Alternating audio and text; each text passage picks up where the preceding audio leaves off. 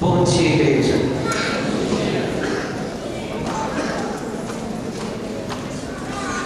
Em primeiro lugar, eu quero agradecer a Deus por mais essa oportunidade.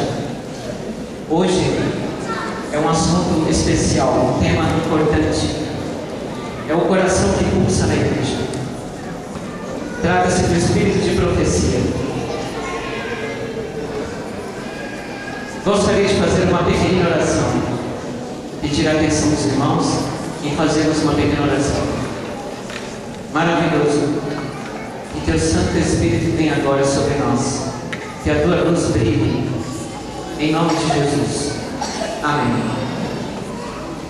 Gostaria que os irmãos acompanhassem comigo no livro do Apocalipse, o último livro da Bíblia.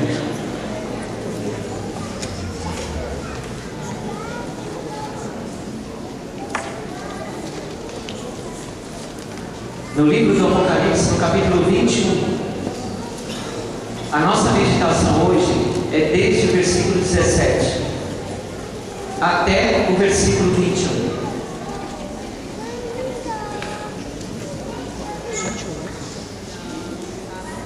Há aqui um grande mistério.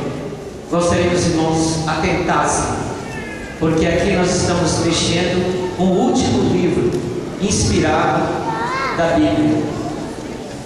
O texto começa dizendo assim: e o Espírito e a esposa dizem: vem.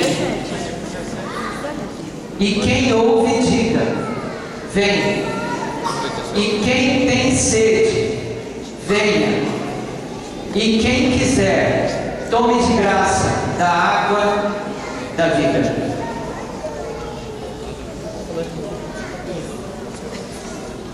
Apocalipse capítulo 21, versículo 17. 22. Ah, perdão, é Apocalipse 22, verdade. Desculpe, irmãos. Obrigado pelo aviso. Eu confundi o texto aqui, obrigado. Por que é que no início desse versículo é dito o Espírito e a esposa? Muitos teólogos ensinam que o livro do Apocalipse é repleto de símbolos, é recheado de sinais, de símbolos difíceis de compreender. Mas eu penso, irmãos, que pela luz do Espírito Santo nós iremos entender hoje. O Espírito e a noiva, o que eles dizem? Vem, é um convite. E o que é o Espírito aqui representado? E o que é a esposa? De acordo com Efésios capítulo 5, versículo 25, o apóstolo Paulo deu um conselho, dizendo que o marido deve amar a sua esposa, exatamente como Cristo amou a sua igreja. Uma relação de casamento, uma relação de amor, o marido e a mulher identificados. Isso significa que a esposa aqui representada, ou a noiva, é aquela que está ou para se casar com o marido, ou é aquela que já está casada com o marido. E essa esposa é a igreja verdadeira. Por que é a igreja verdadeira? Porque ao lado dela, a Bíblia fala que há o Espírito Santo. Este Espírito, irmãos, é o Espírito de profecia. É por causa do Espírito de profecia, um documento vivo aqui, um certificado de casamento da igreja verdadeira com Jesus Cristo. Isso quer dizer que a verdadeira igreja possui o dom profético. Lá fora existem denominações que se prendem diretamente a curas, sonhos, milagres diversos. Mas a identidade real, de acordo com Apocalipse 22, 17 e diante, é que este Espírito aqui é o dom profético, é o Espírito de profecia. No texto de Efésios, no capítulo 4, gostaria que os irmãos acompanhassem comigo.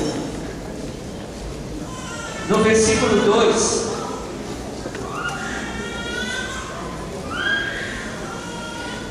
versículo 3: procurando guardar a unidade do Espírito pelo vínculo da paz. O Espírito Santo nos uniu em casamento com Jesus Cristo. E essa determinação do Espírito Santo é o dom profético. A Igreja Adventista do Sétimo Dia tem este dom. Portanto, ela é a esposa de Apocalipse 22, versículo 17. É seu, Gui. Em Efésios capítulo 2, versículo 18, é dito assim: porque por ele ambos temos acesso ao Pai em um mesmo Espírito. Você só pode ter acesso ao Pai se você for conduzido pelo Espírito Santo. Assim como a igreja hoje só pode compreender profundamente a verdade da palavra de Deus se ela se deixar guiar pelo Espírito de profecia. Mas o interessante é que no versículo 17 continua dizendo assim: e quem ouve, diga vem. Por que aquele que ouve deve dizer vem?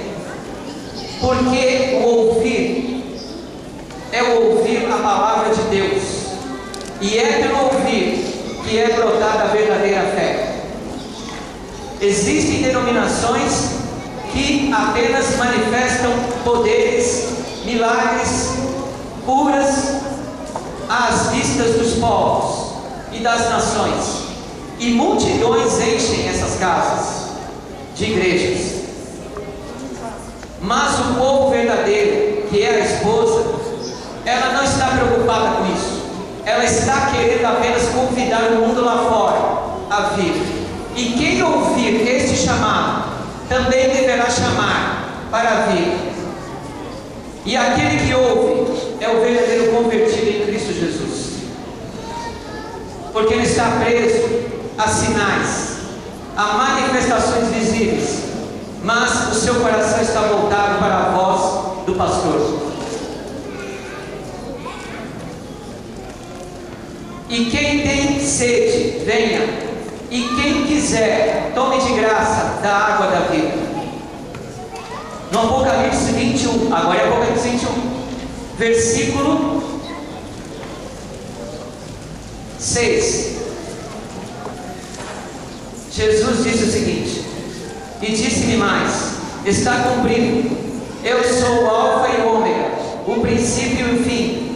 A quem quer que tiver sede, de graça lhe darei da fonte da água da vida. Os irmãos sabem muito bem que a fonte da água da vida é o Evangelho. E este Evangelho não pode ser da terra, não pode ser produto de imaginações humanas, não pode ser proveniente de uma igreja que não tenha o dom profético. Tem que ser de uma igreja que tenha o dom do Espírito de profecia. Por isso que a Igreja Adventista do Sétimo Dia é uma igreja singular, é uma igreja notória, e ela realmente é notória. Há pessoas aqui que eu não vou identificar, que tenham passado estudo na casa dessa pessoa, e essa pessoa tem observado isso. A Igreja Adventista tem uma luz imensa, irmãos. Cabe a nós enxergar essa luz. Eu vou dar um exemplo e uma prova para os irmãos. No texto de Apocalipse 22, 17, na parte em que diz que quem tem sede venha, e que venha a tomar da água da vida, este texto é uma profecia, irmãos. A prova disso é que em 1844 a igreja esperou pela volta de Jesus na sua história. Na introdução do prefácio histórico do livro Primeiros Escritos é revelado isso. E justamente naquela ocasião, no centro do estado de Nova York, em Port Gibson, havia um líder chamado Irmão Edson, juntamente com seus amigos e irmãos em Cristo. Eles aguardavam a volta de Jesus. E no horário, à meia-noite, ao esperarem pacientemente a volta de Jesus, Jesus não voltou. Houve uma terrível decepção geral. E eles tinham certeza que Jesus iria vir, porque eles haviam estudado todo o esquema profético da história da igreja. E todo ele estava correto. E nessa decepção, ele persistiu em oração, porque depois disso, de sua oração com os irmãos ali, eles tinham certeza absoluta de que haveria uma revelação, de que seria esclarecido o porquê de Jesus não ter vindo à terra. E no celeiro onde eles estavam, eles resolveram sair dali e visitar outros irmãos na meio da madrugada, e atravessaram o milharal.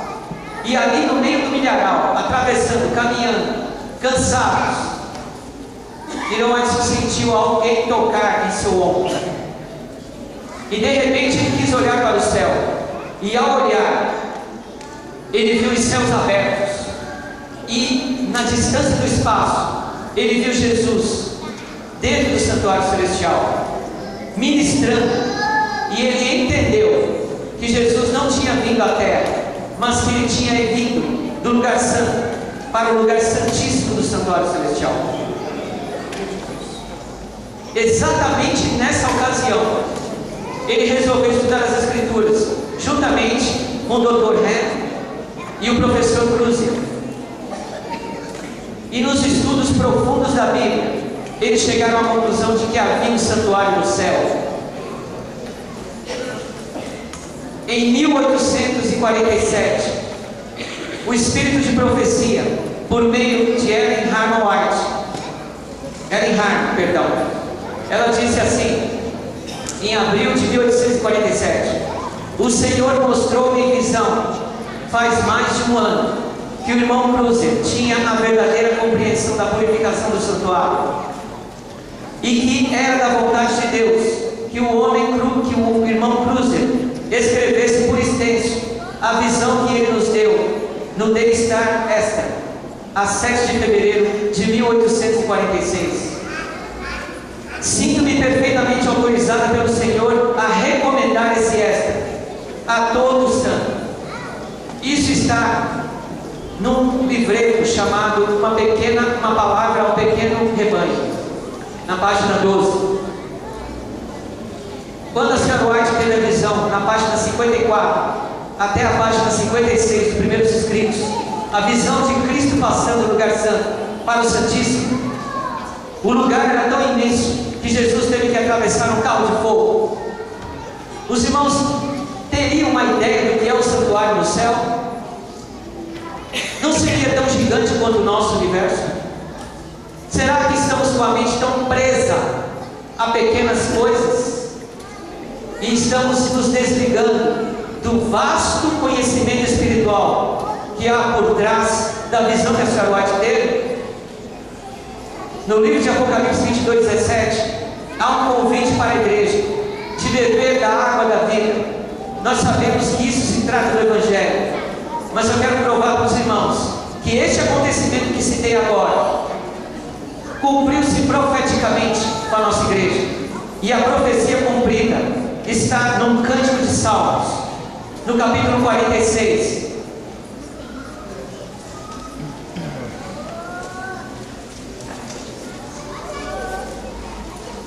No versículo 4. Muita gente olha para o livro de Salmos apenas como um cântico, mas eu quero que os irmãos entendam: a teologia só alcança o nível poético, a teologia só enxerga a melodia de uma música, a teologia não pode enxergar a vastidão da espiritualidade do Evangelho, somente o espírito de profecia. No versículo 4 do capítulo 46 de Salmos, olha que grandeza existe aqui. Há um rio cujas correntes alegram a cidade de Deus, o santuário das moradas do Altíssimo. O que isso significa, irmão? Significa que a água que você deve beber, ela vem diretamente do santuário cumpriu literalmente na primeira visão, ou uma das primeiras visões da senhora White, quando o povo teve maior necessidade de procurar entender por que é que Jesus não tinha aparecido. Em 22 de outubro de 1844, compreendeu-se que o segredo estava no santuário celestial. Foi isso determinantemente esclarecido. Portanto, o convite de Apocalipse 22:17 para você e para mim é para nós entrarmos pela fé onde Jesus está, no Santíssimo Lugar. E hoje Ele intercede por você, mas não é apenas intercessão. Eu quero que os irmãos saibam que nós já vivemos no período da expiação. Jesus não está apenas intercedendo por você, Jesus deseja apagar todos os seus pecados. Isso é expiação. E quem é que revelou isso? O Espírito de profecia, irmãos. Não foram apenas estudiosos que se reuniram em torno da Bíblia para compreender essa verdade. Por isso que a Igreja Adventista hoje tem um poder muito grande. Mas os irmãos precisam sair do comodismo. É necessário estudarem a palavra. É necessário, já é o tempo, e provavelmente já é quase tarde, para os irmãos estudarem a palavra. Algumas pessoas chegam para mim: como é que o irmão tem tanto conhecimento? Irmãos, eu sou apenas um vaso de barro. Eu não sou nada. O conhecimento não vem de mim, vem do dom do Espírito Santo. E a igreja precisa disso. Eu advirto a igreja hoje a crerem plenamente no Evangelho estabelecido pelo dom profético.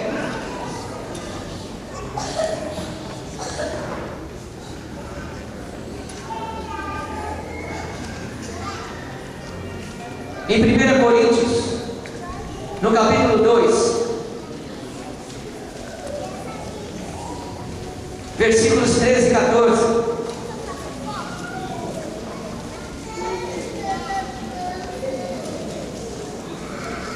as quais também falamos não com palavras que a sabedoria humana ensina, mas com as que o Espírito Santo ensina, comparando coisas espirituais com as espirituais. O dom profético dado à Igreja Adventista é uma lente que você consegue enxergar o significado da palavra de Deus, da Bíblia Sagrada, para o seu coração. É a única base pela qual você pode compreender realmente a Bíblia. Já falei para muitos irmãos não procurarem estudar a Bíblia por si mesmos apenas. Devem procurar ter a orientação do Espírito de profecia, buscar a luz que há nela, porque nós não temos capacidade de lermos as Escrituras por nós mesmos. Ora, o homem natural não compreende as coisas do Espírito de Deus, porque ele parece com o quê? Loucura!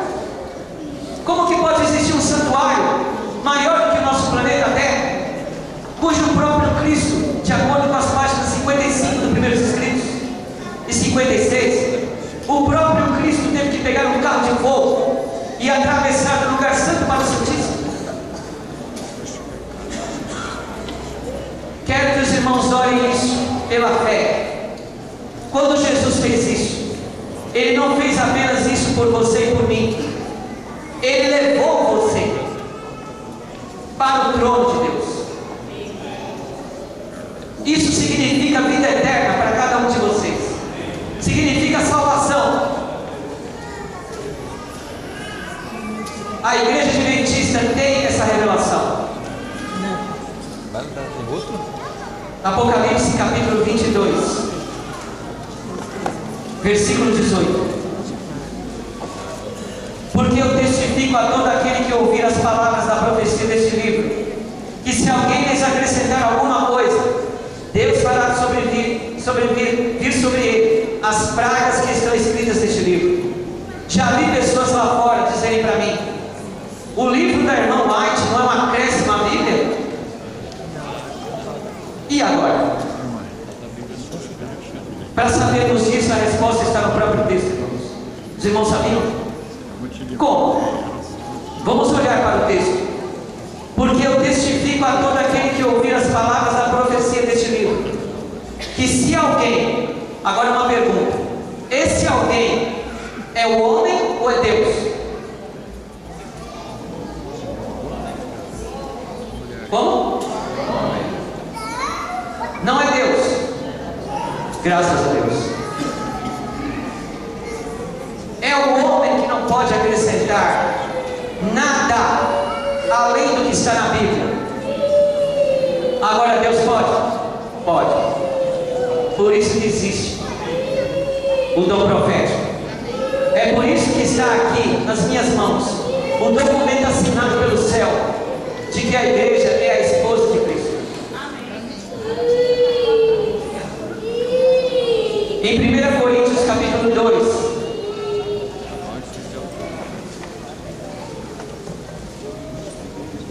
versículos 11 e 12. Porque qual dos homens sabe as coisas do homem, senão o Espírito do homem que nele está? Assim também ninguém sabe as coisas de Deus, senão o Espírito de Deus. Mas nós não recebemos o Espírito do mundo, mas o Espírito que provém de Deus, para que pudéssemos conhecer o que nos é dado gratuitamente por Deus. A igreja apostólica tinha o dom profético. Ela tinha o dom do Espírito de profecia. Por isso que ela tinha entendimento claro acerca de Jesus, acerca de verdades grandiosas. Deus não tirou isso de nossa igreja.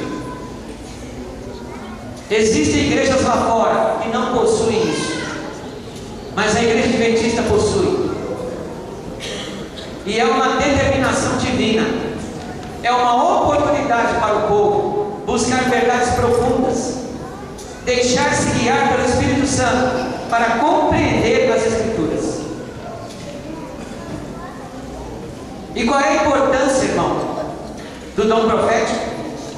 Está em 1 Coríntios capítulo 14, versículos 1 a 3.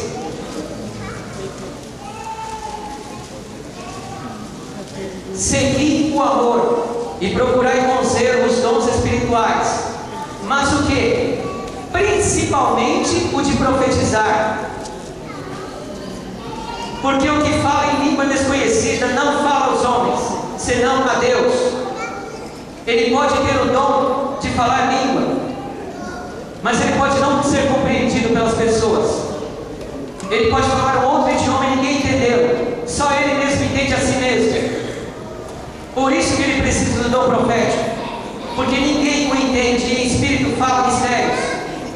Mas o que profetiza fala a quem? Aos homens, para edificação, exortação e consolação. A igreja adventista tem um documento vivo da verdade, o dom de profecia. É por meio do dom de profecia que a igreja é edificada. É por isso que ele é importante. É muito importante, irmãos, buscar os livros do Espírito de profecia, para que você seja edificado, para que você tenha um conhecimento superior. O povo de Deus não é cauda, é cabeça. O povo de Deus tem a unção do Espírito Santo. E os irmãos têm toda a oportunidade de dobrarem seus joelhos aqui e acreditar plenamente de que Deus irá curar a vida de vocês. Amém. Porque se Deus nos deu esses livros, então significa que nós estamos casados com Cristo Jesus.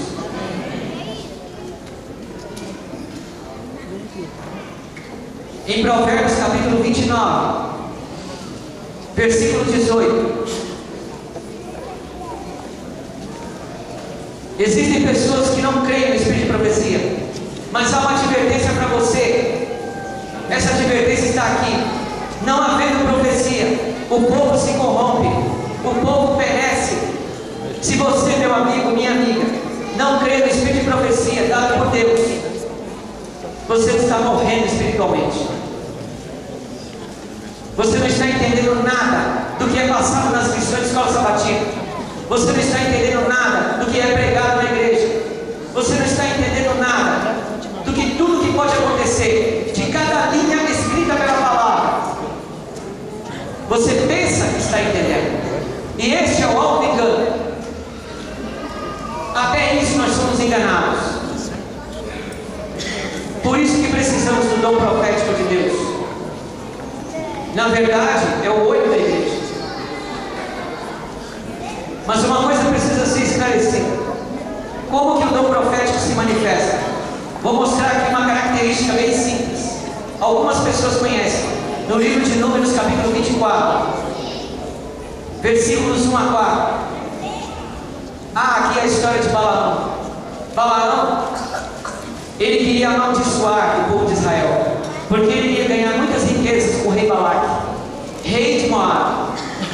E Moabe e as nações ao redor tinham medo de Israel, porque Israel tinha o poder de Deus, e mais do que isso, o dom profético. Até o próprio rei Balaque acreditou que se Balaão amaldiçoasse Israel, ele poderia vencer o povo de Israel, devastá-los, bani-los, porque ele sabia da grandeza do dom profético. O próprio rei Balaque. Será que a igreja hoje não tem consciência disso? Vendo Balaão, que bem parecia aos olhos do Senhor que abençoasse Israel, não se foi esta vez como antes do encontro dos encantamentos, mas voltou seu rosto para o deserto.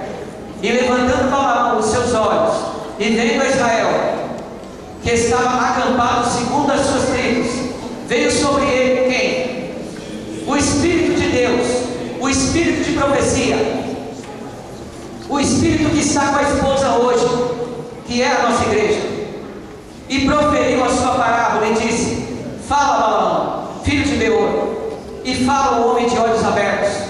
O estado de visão, o profeta fica de olhos abertos. Olha a resposta. Por que isso acontece? A resposta está no versículo 4. Fala aquele que ouviu as palavras de Deus, o que vê a visão do Todo-Poderoso. É por isso que ele fica de olhos abertos. Quando Deus fala com você, meu irmão e minha irmã, Ele quer que você olhe bem para Ele. Ele quer que seus ouvidos fiquem bem abertos. Ele quer que seus olhos fiquem bem abertos, porque Ele quer mostrar para você a verdade. Ele está falando com você agora. Não feche os seus olhos, não feche os seus ouvidos para a luz que está brilhando para você. Ela não vem de mim, porque se viesse de mim, irmãos, não seria luz, seria faísca. E como é que funciona a faísca? É você pegar o Velho Testamento, que é uma pedra, e o Novo Testamento, que é outra pedra, e bater as duas juntas, com o seu próprio esforço, tentar entender a Bíblia Sagrada. Isso lá fora, as religiões fazem. A igreja adventista não precisa fazer isso. Ela já tem um dom profético que revela o Velho Testamento e o Novo Testamento juntos num só corpo, que é Jesus Cristo.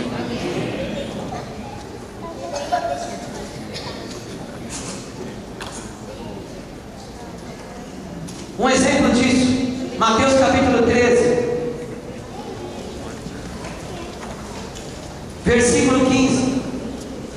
Naquele tempo Jesus advertiu o povo de Israel, porque o coração deste povo está endurecido, e ouviram de mau grado com os seus ouvidos, e fecharam os olhos. Espiritualmente falando, quando a advertência vem sobre uma pessoa e o coração dela resiste à verdade, os olhos dela se fecham para enxergar a luz de Deus. Isso nós sabemos. Quando uma pessoa, literalmente falando, é dominada por um espírito do mal, ela resiste à consciência do Espírito Santo. O coração dela se endurece. Ela acredita que aquele espírito do mal é de Deus. Os olhos dela se fecham. Por isso que Satanás não consegue, nas suas elucubrações ou ilusões fantasiosas, ao tomar posse de uma pessoa, não consegue Satanás mantê-la de olhos abertos, porque é uma reação natural do próprio ser humano. Satanás não pode mostrar o passado, o presente e o futuro. Ele não tem esse poder. Por isso ele busca a própria imaginação humana, e o ser humano e no seu estado de olhos fechados, ele pensa que está recebendo o dom profético, mas não está. Ele está buscando as imaginações da própria mente. Isso é o que caracteriza a distinção entre o profeta de Deus, que tem olhos abertos ao ver as visões de Deus, daquele que é o profeta de Satanás, cujos seus olhos se fecham para a realidade e busca a imaginação da sua própria consciência.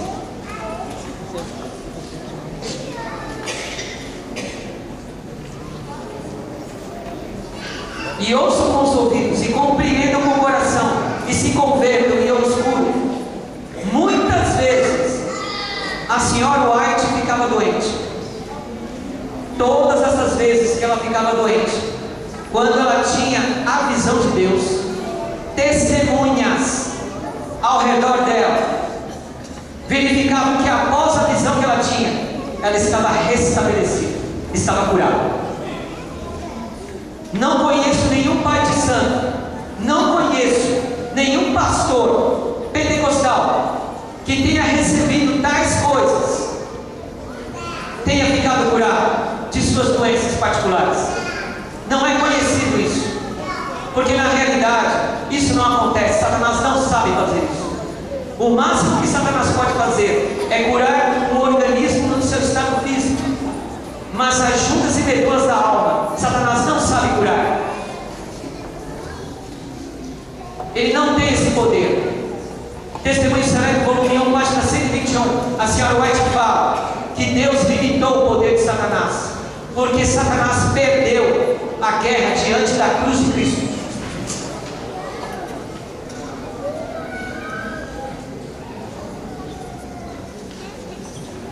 Outra característica, no livro de Daniel, capítulo 10, eu considero o ponto mais importante, de maior identidade de um profeta. Daniel capítulo 10,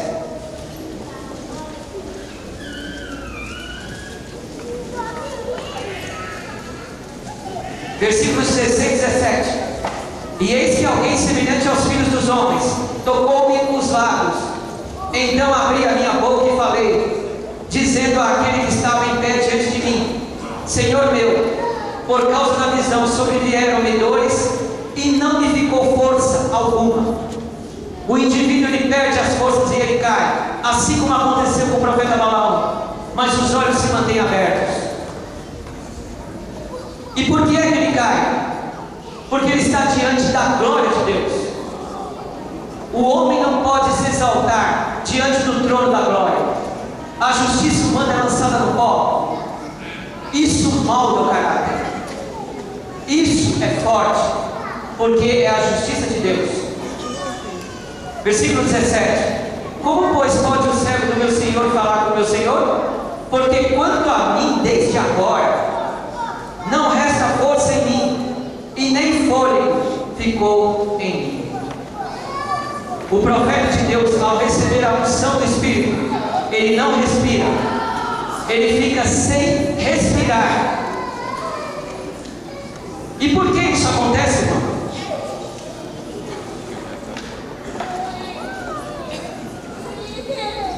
Aconteceu isso com a nossa irmã Ellen White. No Vida e Ensinos, página 253. Posto que a senhora White muitas vezes falasse, quando em visão, todavia nenhum fôlego lhe saía dos lábios. Alguém consegue ficar um pouco mais de um minuto sem respirar? Quem tiver bons pulmões consegue, mas quando sair dessa prisão, vai ter um problema de provavelmente uma queda de pressão, vai se sentir mal. E se ficar 2 minutos? Alguns nadadores profissionais conseguem, mas saem muito ofegantes. E se uma visão durar 1 hora? Impossível. Satanás pode manter a vida de alguém sem respirar? Obviamente não. Existe prova bíblica? Existe. Já vou mostrar para os irmãos. Em 26 de junho de 1854, em Rochester, Nova York, estando ela em visão, 2 médicos se esforçaram por mostrar que devia haver alento em seus pulmões. Entre outras provas, foi posta uma vela acesa tão perto de seus lábios quanto possível, sem os queimar. Entretanto, não houve nenhuma agitação na chama, embora naquela ocasião ela estivesse falando com força. Quando você fala, você respira, sai ar da sua boca. A primeira indicação de que voltava da visão era uma inspiração profunda. Talvez se passassem vários segundos antes que tomasse o segundo fôlego. Então, depois de mais algumas inspirações profundas, recomeçava a respirar normalmente. Qual é a prova? A prova está em Jó, no capítulo 32.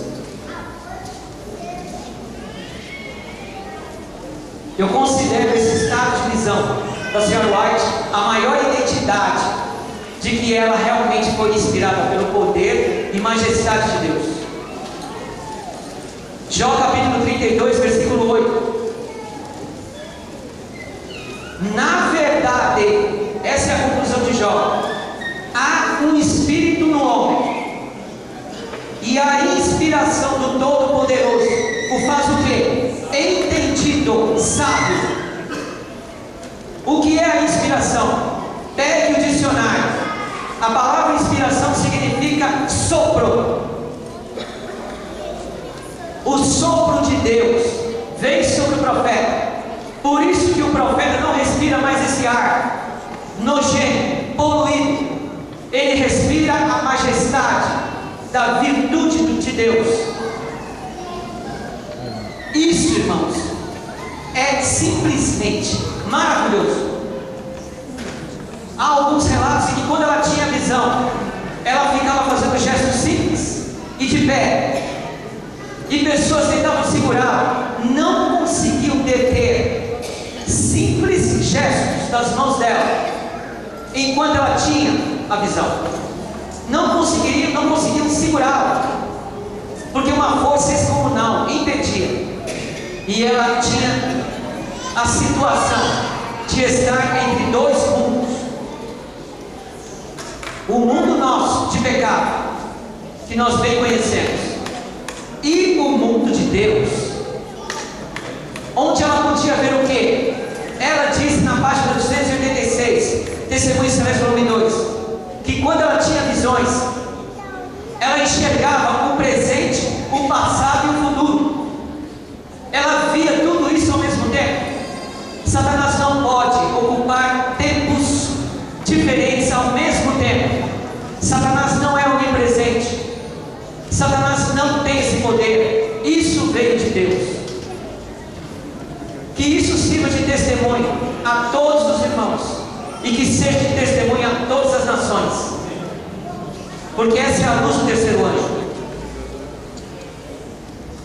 Isaías capítulo 8, versículo 20, 19 e 20.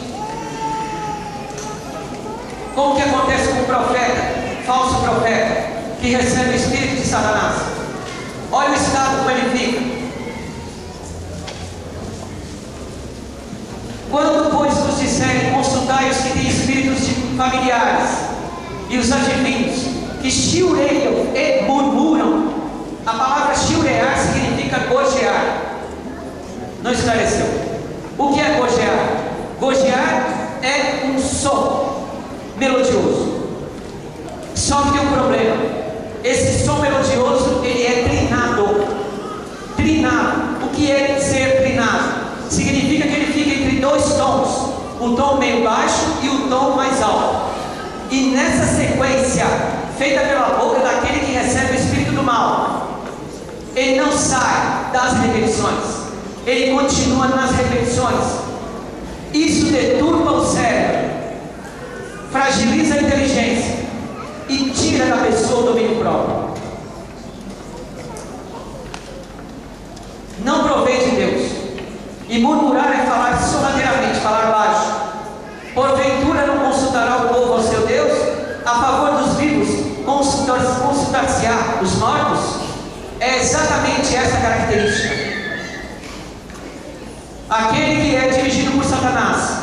ele respira e tem olhos fechados, ele não cai no chão, ele é mantido como está. Em alguns casos cai no chão só para se disfarçar. Mas o versículo 20 dá a resposta: a lei e ao testemunho, se eles não falarem segundo esta palavra, é porque não há luz deles. Aquele que recebe o dom profético defende que Cristo não aboliu a lei de Deus. Aqueles que falam que Cristo aboliu a lei de Deus e recebem dons, na verdade estão recebendo o poder de Satanás. O Apocalipse 19, versículo 10: e eu lancei-me aos seus pés para o adorar, mas ele me disse: olha, não faças tal, sou teu conservo e de teus irmãos, que têm o testemunho de Jesus. Adora quem? A Deus, porque o testemunho de Jesus é o quê? O espírito de profecia. A natureza real do espírito de profecia é exaltar a Deus, é exaltar Jesus.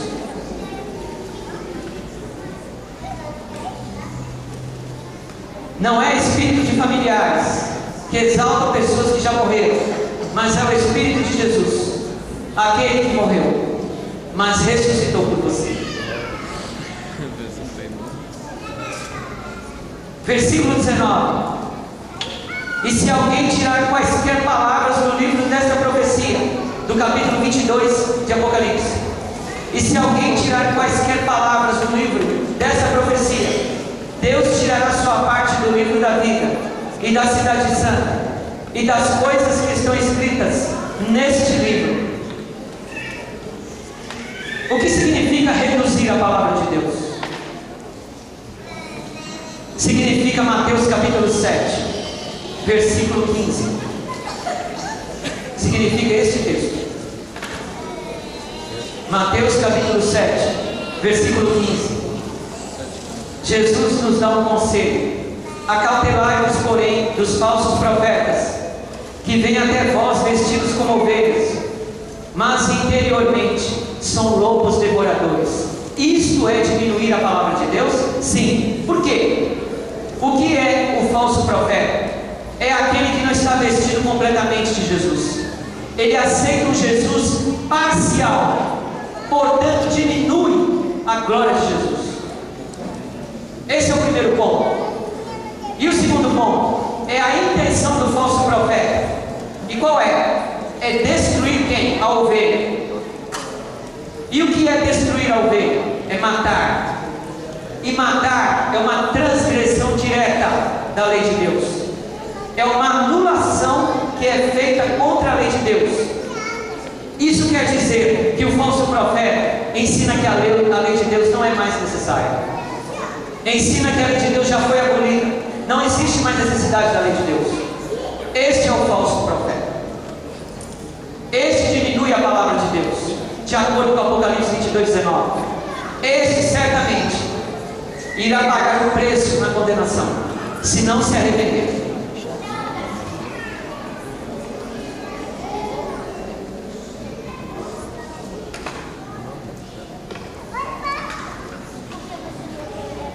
A senhora White nos diz aqui: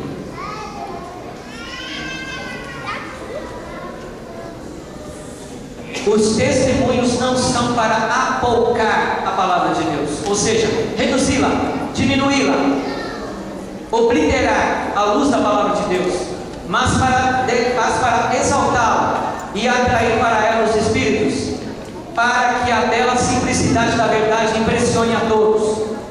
Nossa divisa deve ser, nossa bandeira deve ser a lei e ao testemunho.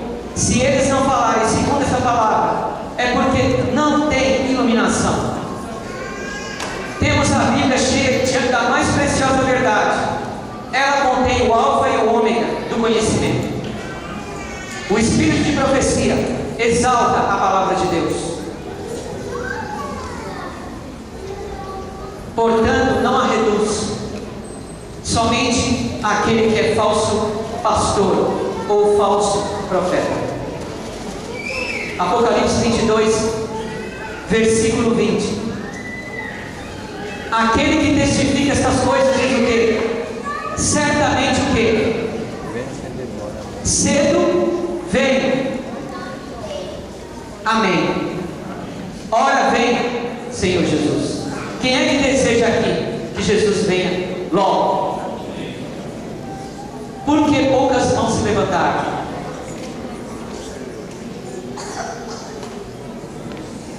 Eu vou ler de novo. Certamente cedo vem. Isso não te alegra o coração? Por quê? Ah, irmão, mas eu não estou preparado. O teu preparo está nas mãos de Deus, não está nas suas mãos. Sabia disso? O teu preparo é Jesus Cristo. É Ele que te garante a vida eterna. E eu quero que você estude a palavra e o testemunho do Espírito de profecia. A graça de nosso Senhor Jesus Cristo seja com todos vocês. Amém. Quero convidar a igreja a meditar profundamente nesses registros, a buscar a verdade como ela é em Cristo Jesus. Agora, para encerramento de nossa oração do culto, vamos cantar o hino 186 com entusiasmo e com fé. Ficamos sempre se guardar.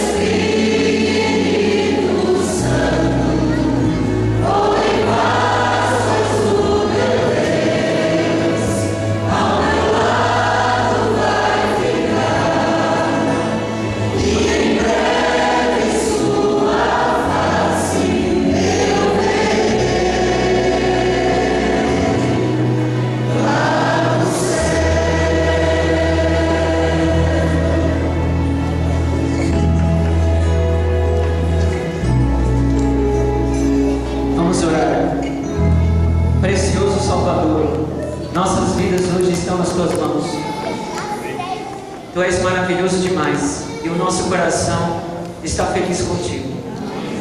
Abençoe, Pai Celestial. Abençoe e satisfaça o desejo de muitos aqui de se aprofundarem na Tua luz, de Te conhecerem, de aprenderem cada vez mais contigo, por meio dos testemunhos do Espírito de profecia que tão graciosamente nos destes. Abençoe a cada um aqui a compreender e a se aprofundar na Tua palavra, a Santa Bíblia.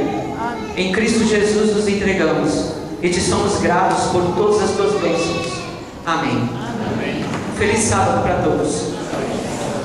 Irei me dirigir até a porta.